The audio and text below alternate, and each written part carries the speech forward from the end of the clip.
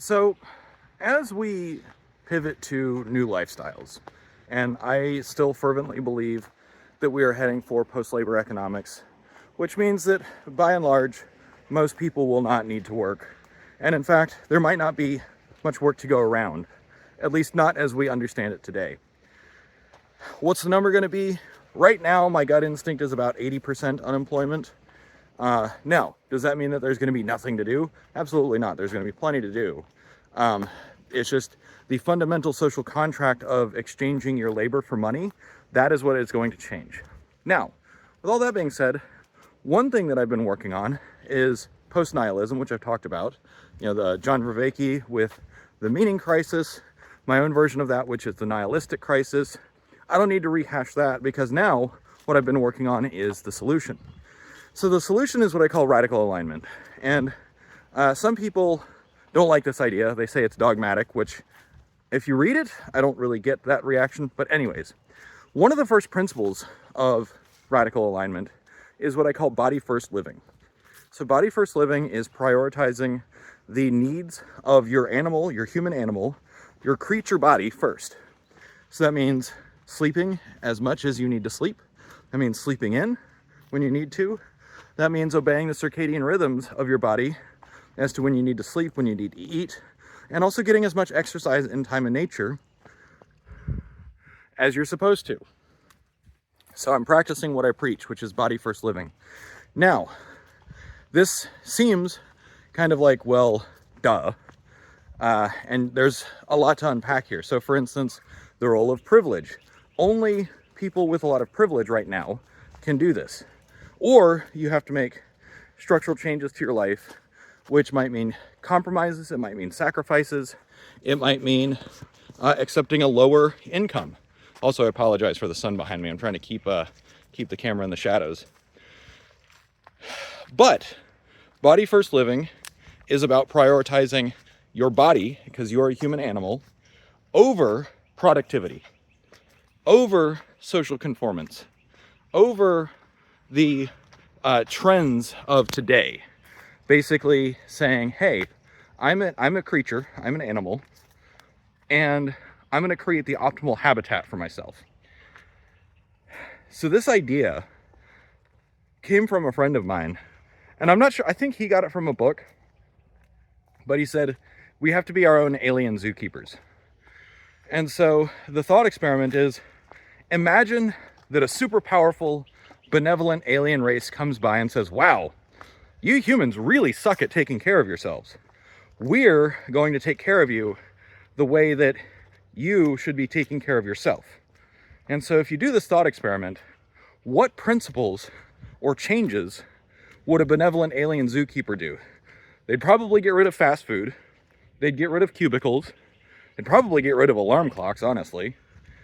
And they'd say, hey, you guys are actually really social and you're spending too much time alone. So let's change that. You need time in nature, and yet you spend a lot of time inside, so let's change that.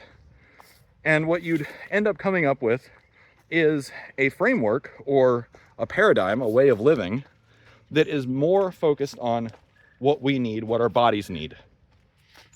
Now, I can hear a lot of people out there balking at this and saying, wow, that sounds super draconian. How would you enforce this? And this is where I understand why some people can interpret this as very dogmatic. But another thing is that part of our animal needs is for autonomy, is for agency. It's one of our baseline psychological needs, is that we need the ability to choose our own fate, to make decisions for ourselves, to change our beliefs. And so part of body first living is it's up to you. None of this is going to be enforced.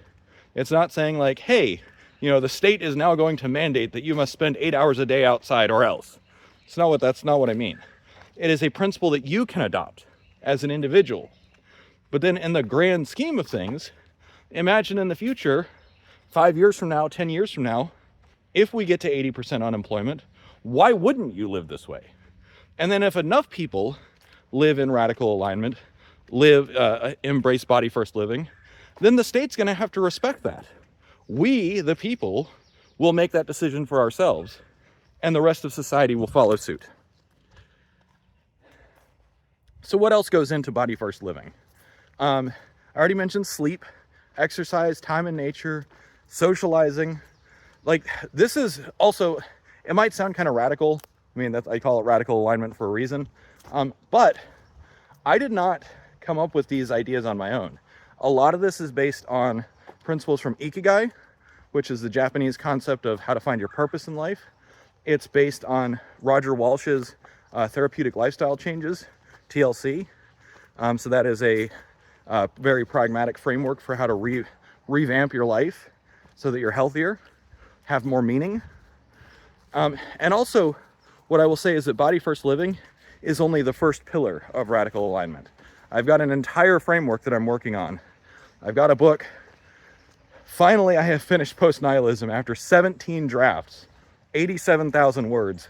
Now I need to work on cleaning it up, adding citations, making sure that it's written in a flow state. But yeah, so body first living is just take a minute and imagine if you honored your body's needs above all else, above the need to be productive, above the need to be performative, and you just said, what does my body need at any given moment? What food should I give it? What exercise should I give it? Where should I be? And I will say from firsthand experience that body first living, one, it is deceptively simple and very intuitive, but we have so many habits and patterns built up over time that it can actually be kind of hard to break those patterns and habits because you end up doing stuff unconsciously. But if more and more people do it, and you're surrounded by people who do it, you know, so that's why I'm writing a book, so that I can kind of characterize and lay it out saying, here's how to do it. Hey, maybe that would be a good idea for an app. Who wants to help me build a body first living app, a radical alignment app? Let's do it. Maybe I'll build a GPT. Anyways, so this is just the introductory. This is just the beginning. This is what I'm pivoting all of my work to, is radical alignment and systems thinking, because those are the two ways that I think I can help the world the most. So cheers, thanks for watching. Have a good one.